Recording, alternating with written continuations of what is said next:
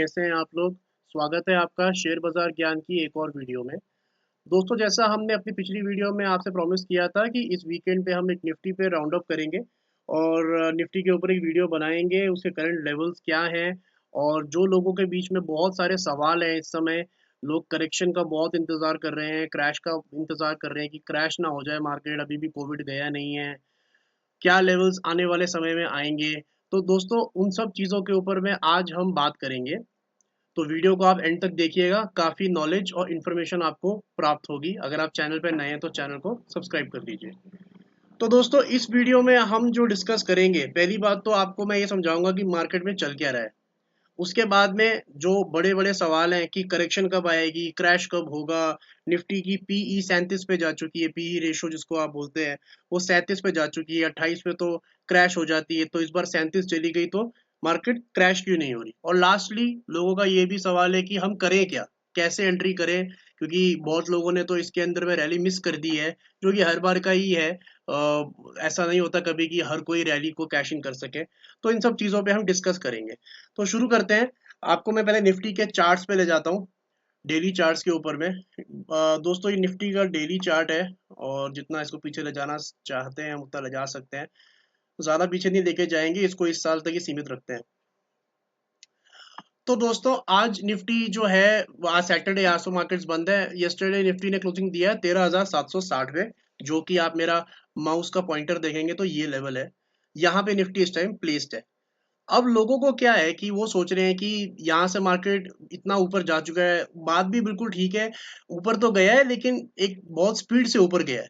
लेकिन मैं आपके साथ में एक अलग पर्सपेक्टिव शेयर करना चाहता हूँ कि देखिए, मैं आपके साथ में एक ट्रेंड लाइन आपको खींच के दिखाता हूँ और आप इस बात को समझने की कोशिश करिए। ये मैंने ट्रेंड लाइन खींची है जनवरी में, जहां मार्केट था और जहां से मार्केट ऊपर गया है। ये जो लाल ट्रेंड लाइन है, ये जनवरी का लेवल था। जनवरी जब कोविड सिचुएशन नहीं आई थी और कोई ऐसी न्यूज नहीं थी, सब कुछ बढ़िया था। तो उस टाइम पे मार्केट ने हाई लगाया था 12,430 का। और ये जो लाल ट्रेंड लाइन है, ये मार्केट ने क्रॉस करी है नवंबर में, नवंबर स्टार्टिंग में। और 12,400 का लेवल क्रॉस करके मार्केट अब 13,760 पे है। देखिए, मैंने अपनी पिछली वीडियो में भी ये बात बोली थी कि अब धीरे धीरे करते आप वो कोरोना काल की गिरावट को अपने दिमाग से निकाल दो, क्योंकि वैसी गिरावट आपको शायद दोबारा देखने को ना मिले। तो देखा जाए तो जनवरी जो 12,400 था, वहां से मार्केट 13,700, एक महज 10% की मूव है। अगर आप जनवरी से कंपेयर करें इसको, बात वही है कि जैसे पिछले वीडियो में हम अशोक लेलैंड की बात कर रहे थे कि 35 का स्टॉक 100 चला गया, तो लोगों के दिमाग में एक हैंगओवर है अभी भी कि हमारे को कब ऐसे एंट्री लेवल दोबारा मिलेंगे कि स्टॉक 3 गुना कम हो जाएगा और हम वहां एंट्री करेंगे और फिर वहां से ट्रिपल हो जाएगा। ऐसा कभी भी नहीं होने वाला, अनलेस एंड अनटिल कि कोविड सिचुएशन इतनी आउट ऑफ कंट्रोल हो जाए दोबारा, जिसके आसार अब मैं बोलूंगा कि नहीं है बिल्कुल, क्योंकि अब तो कोरोना की वैक्सीन भी आ गई है और अब इकोनॉमिकल एक्टिविटीज दुनिया भर में अच्छी होनी शुरू हो गई है। तो अब पहला सवाल ये है कि मार्केट में करेक्शन कब आएगी या मार्केट क्रैश कब होगा। देखिए, मैं आपसे इतना बोलना चाहूंगा कि करेक्शन जब भी आएगी, अब वो हो सकता है आज आ जाए, मंडे को आ जाए, या 2 हफ्ते बाद आ जाए, या 3 हफ्ते बाद आ जाए। बात इतनी सी है कि करेक्शन जब भी आएगी वो आपके लिए खरीदारी की अपॉर्चुनिटी होगी। मार्केट में क्रैश नहीं आने वाला है, अनलेस एंड अनटिल कोई बहुत ही, जिसको बोलते हैं कि जो चीज कभी सोची नहीं थी वो हो जाए। तो वो तो कभी भी हो सकती है, इतना रिस्क तो लाइफ में लेके चलना ही पड़ता है। लेकिन इन द लॉन्ग टर्म, फिलहाल तो मार्केट बहुत नीचे नहीं जाने वाली है। उसके कुछ कारण हैं जिसके बारे में हम आगे बात करेंगे। दूसरी बात क्या है, सबसे इंपॉर्टेंट, वो ये है, लोगों का दिमाग में चल रहा है पीई रेशो का problem, price to earning ratio. कि निफ्टी की प्राइस टू अर्निंग रेशो तो जी 37 पहुंच गई है, अभी तक निफ्टी गिर क्यों नहीं रहा। जिन लोगों को पीई रेशो के बारे में नहीं पता, मैं हल्का सा उनको बता देता हूँ। पीई रेशो का मतलब होता है price to earning ratio. Simple language में समझा जाए तो ये वो चीज होती है कि आपको कितना पैसा लगाना पड़ता है अर्निंग्स के हिसाब से पैसा कमाने के लिए। मान लीजिए, इसको अगर हम बताएं तो 37 की पीई रेशो निफ्टी का मतलब ये है कि जो मार्केट का प्राइस है वो है 37 और जो अर्निंग है वो है 1। मतलब अर्निंग के मुकाबले प्राइस निफ्टी का 37 गुना ज्यादा है इस टाइम पे। तो इसीलिए लोग बोल रहे हैं कि पीई रेशो जो है बहुत ज्यादा है, और नॉर्मली तो इतने पीई रेशो में करेक्शन आ जाती है, इतनी पीई रेशो कभी गई भी नहीं है। ये 3-4 साल का आप अपने स्क्रीन पे देखें तो मैंने पीई रेशो निकाली हुई है, 22, 23, 24, 25, 26 इतना ही रहता है पीई रेशो। अब 37 पहुंच गया है। अब ये 37 पहुंच क्यों गया है, इसके पीछे एक बहुत सिंपल सा कारण है। मार्केट बहुत ऊपर नहीं है, अगर आप पीई रेशो की बात करो तो उसका कारण क्या है मैं बताता हूँ आपको। देखिए, पीई रेशो 37 होना मतलब ये है कि मार्केट का प्राइस 37 गुना है अर्निंग्स के मुकाबले। लेकिन आप ये भी तो देखिए कि पिछले 6 महीने में अर्निंग्स हुई कहाँ है। मार्केट जो है हमेशा करंट में नहीं रहती, वो हमेशा फ्यूचर देखती है कि फ्यूचर में क्या होने वाला है। वो उस हिसाब से चलना शुरू करती है, वो देखती है आज से 6 महीने बाद 8 महीने बाद में क्या हाल होने वाला है। तो इसीलिए जो पीई रेशो है वो 37 है। ये पीई रेशो नीचे आएगा। नीचे क्यों आएगा, क्योंकि जैसे जैसे अगले क्वार्टर के रिजल्ट्स आने शुरू होंगे, जैसे जैसे कंपनी अपने रिजल्ट्स पोस्ट करेगी, आप देखोगे अर्निंग में एक स्पर्ट आएगा। और जैसे ही अर्निंग में एक स्पर्ट आएगा, ये पीई रेशो जो 37 की है ये बड़े आराम से 28-30 के करीब आ सकती है, और आ भी जाएगी। जो भी हो मार्केट, चाहे 14,000 पे हो या 15,000 पे हो या 13,000 पे हो, पीई रेशो आने वाले समय में नीचे आने वाली है।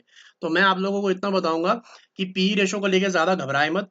अगर मैं आपको एक हल्के लहजे में समझाऊं तो इसको एक क्रिकेट का मैच समझ लीजिए कि एक टीम ने बल्लेबाजी करके 200 रन बनाए हैं और अभी दूसरी टीम की बैटिंग आनी है।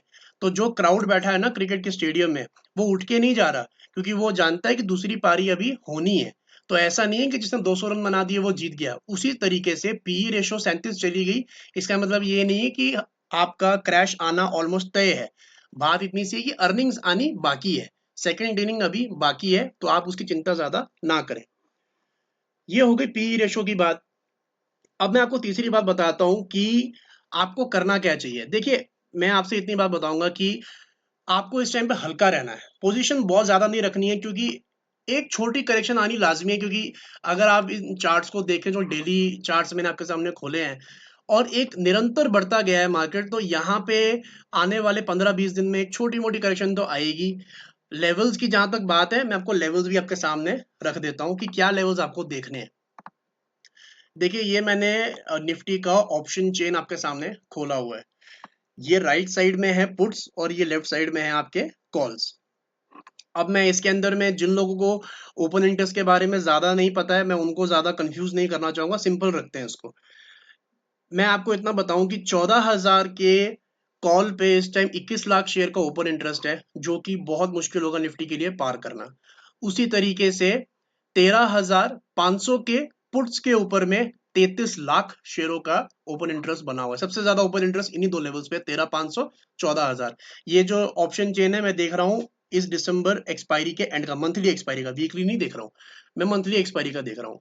इस समय पे इन दोनों जगहों पे सबसे ज्यादा ओपन इंटरेस्ट मौजूद है। तो इन दो लेवल्स को पार करना थोड़ा मुश्किल होगा, ऊपर भी और नीचे भी। तो फिलहाल के लिए दिसंबर के लिए आपको देखना है कि मार्केट घूमेगी 13,500 और 14,000 के बीच में। अगर बड़ी करेक्शन आती है तो 13,500 टूटना मुश्किल है क्लोजिंग पे, और अगर टूट जाता है तो उसके बाद तो बहुत बड़ा सपोर्ट है 13,300 के ऊपर में। 13,400 पे भी 20 लाख शेयर है और 13,300 पे भी 17 लाख शेयर है। तो 13,300 और 400 में लगभग 40 लाख के शेयर ओपन इंटरेस्ट में पड़े हुए हैं, जो लोगों ने पुट राइट की हुई है, पुट बेची हुई है। तो वहां पे एक अच्छा सपोर्ट है। तो मार्केट अगर आपको अगले 10-15 दिन का व्यू देख रहे हो, तो ये रेंज रहने वाली है। छोटी रेंज रहेगी 13,500 14,000, थोड़ी बड़ी रेंज रहेगी 13,300 से 14,000। ये भी हो गई आपकी रेंज की बात। अब बात करते हैं कि अगर करेक्शन आएगी तो आपने क्या करना है। देखिए, करेक्शन आएगी तो आपको मार्केट लीडर्स के साथ में रहना है। जो स्टॉक्स अच्छे चल रहे हैं, फार्मा चल रहा है, मेटल चल रहे हैं, आईटी चल रहा है, आपको करेक्शन में उनको बाय करना है अगर आप सिर्फ स्टॉक्स में ऐड करना चाहते हो। जहां तक नए स्टॉक्स की बात है, नई अपॉर्चुनिटीज की बात है, वो तो हम आपके साथ में हाईलाइट करते ही रहते हैं।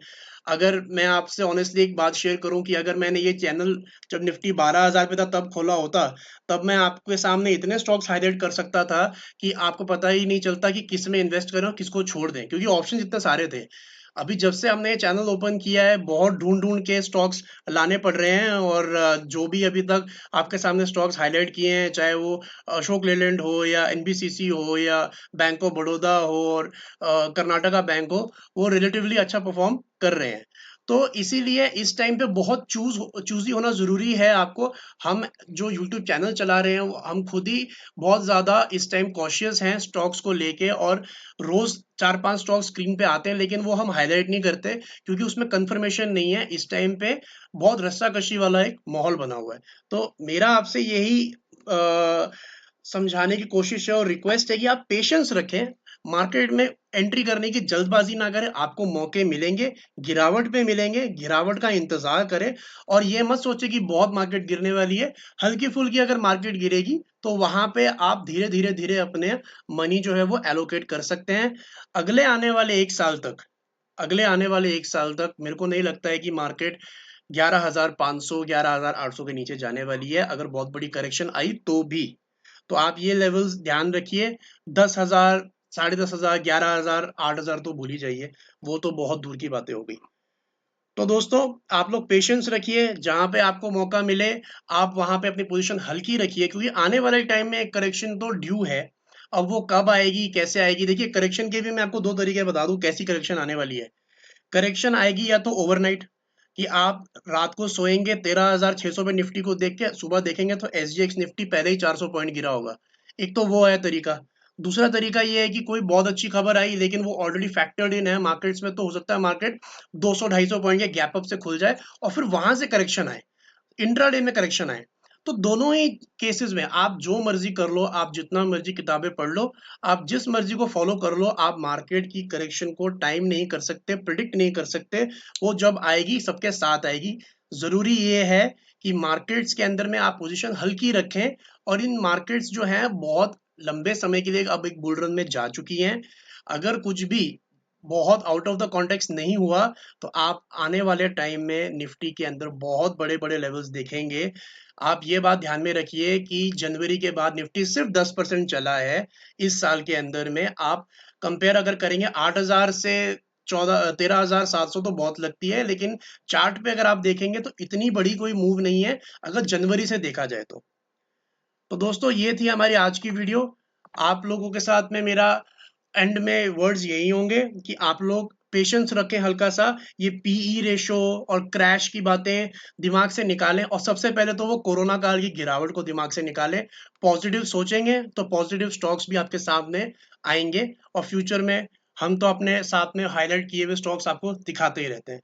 तो तब तक के लिए अपना ध्यान रखिए। वीडियो पसंद आया तो लाइक करें, कमेंट करें और सब्सक्राइब जरूर करें। ऑल द बेस्ट, मिलते हैं अपनी अगली वीडियो में।